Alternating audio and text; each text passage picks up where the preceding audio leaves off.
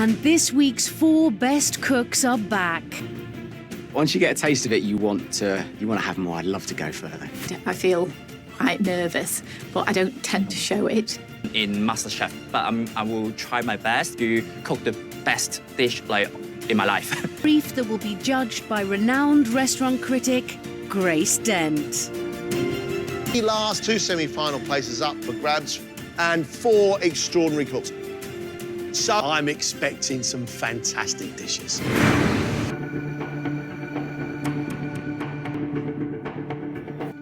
Welcome to a MasterChef quarterfinal. This has got a sense of occasion about it. So much so that we have invited a special guest in here to taste your food and help us judge.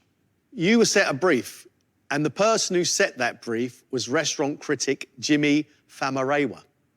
Jimmy is unwell, and he's not able to come here today, but we've invited somebody else in to take Jimmy's place. Today's brief is to make something that is inspired by global street food. Street food evokes memories. There has to be a reason that this dish is what you want to show us today.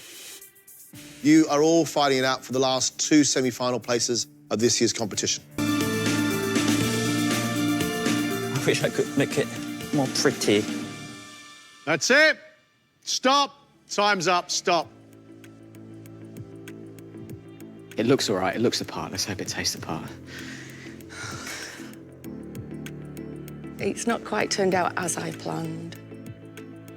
Baz, do come up here, please. Baz has made a trio of Thai street foods. Spiced marinated chicken with satay sauce, pork and vegetable spring rolls served with a sweet chili dipping sauce, and crispy batter fried bananas with sesame seeds and honey. I have seen all of these things before, and you've presented them and made them look very beautiful.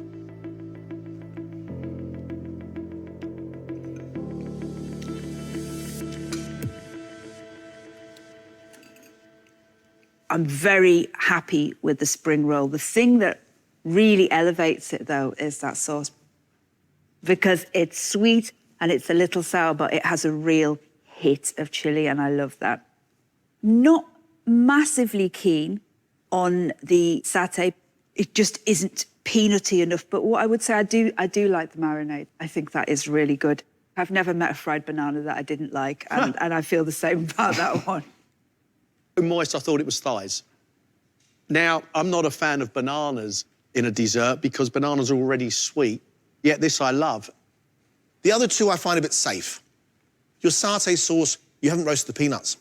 That means that the peanuts have been lost and there's not very much heat in that at all. I love the crispy outside of the bananas. Honey, I find it very, very strong. But you've done some good work. Is serving fish and chips. Butter poached cod loin topped with salt and vinegar battered scraps, pomme soufflé filled with salt and vinegar mash, extra vinegar mash, pea puree, and a warm tartar sauce. The pomme soufflé, you were obviously meant to have more than 1 each. However, I struggled with them. A lot of them didn't work.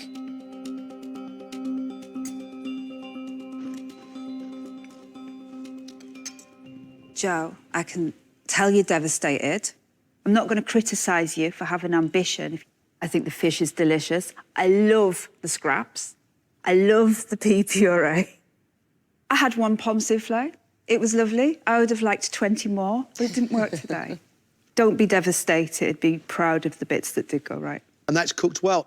I've got a scoop of the mashed potato here, and you've only lightly vinegared it. It's not making your eyes water. It's really nice. We've got a problem with the tartar sauce. It's not a mayonnaise. And what I've got here is gherkin and egg. Fish and chips to a posher world. You do know yourself, though, that the things aren't perfect on this plate. I know. But I love that you kept on going and you kept on just really trying hard. Jacqui's street food is inspired by Canadian poutine. Pan-roasted duck breast on triple-cooked chips and crispy duck leg, topped with Canadian cheese curd and crispy shallots, served with pickled cucumber, plum ketchup, and a duck gravy.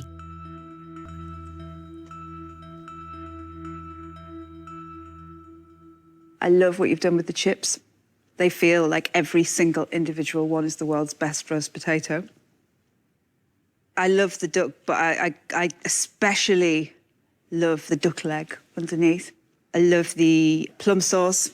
There's a depth in there that you're always looking for in gravy.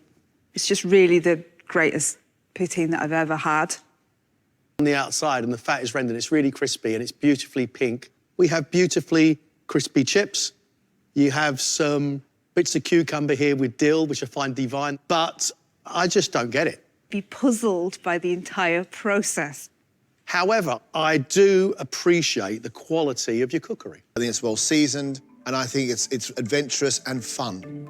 It's fashion designer Mark, whose Korean-inspired deep-fried chicken wings are stuffed with sweet corn, cheddar, mozzarella and burger cheese, served with Japanese-style pickled daikon radish and carrots, wasabi mayonnaise and tonkatsu, a Japanese vegetable sweet and sticky sauce.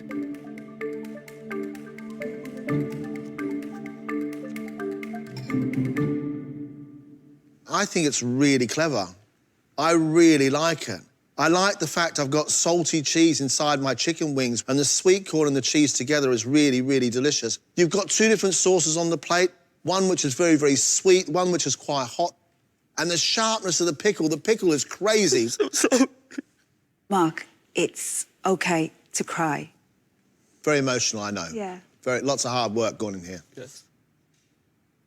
I think it's a really inventive, very clever dish. I feel bad now, I made you cry. I know why you're crying. It's like all of the nerves have lifted and now you're just overcome with emotions. I think that all these different elements on a plate, there's like a great eccentricity and energy to the way that you cook. And it makes me feel like I've been around the world, and that's what you're meant to do. Thank you so much. I don't get a great deal of cheese. However, crispy coating on the chicken, soft chicken underneath. I'm loving the two sauces together. Look, I'm only supposed to be tasting, and I've nibbled my way through nearly all three of the chicken wings. Parts of it were outstanding. I don't think that they were all of the same calibre, but I think a couple of them really stood out. Grace, as always, fantastic to have you. Thank you so very much indeed. Lovely to see you. Take great care. This ends up being my final cook, so be it. I'll leave with my head held high.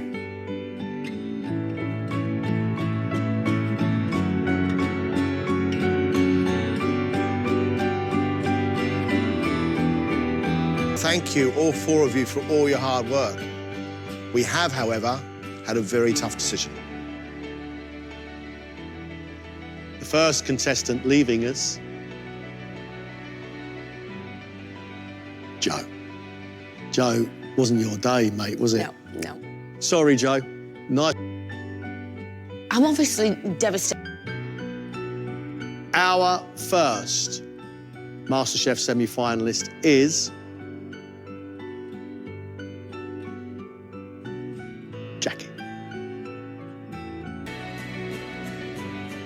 Our second and the last semi-finalist of this year's competition is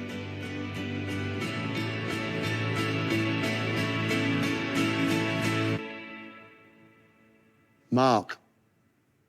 Honestly, it was so, so close. Sorry to say goodbye to you. Happy with what I put up, so the best cooks have gone through at the end of the day. Congratulations. Very, very well done.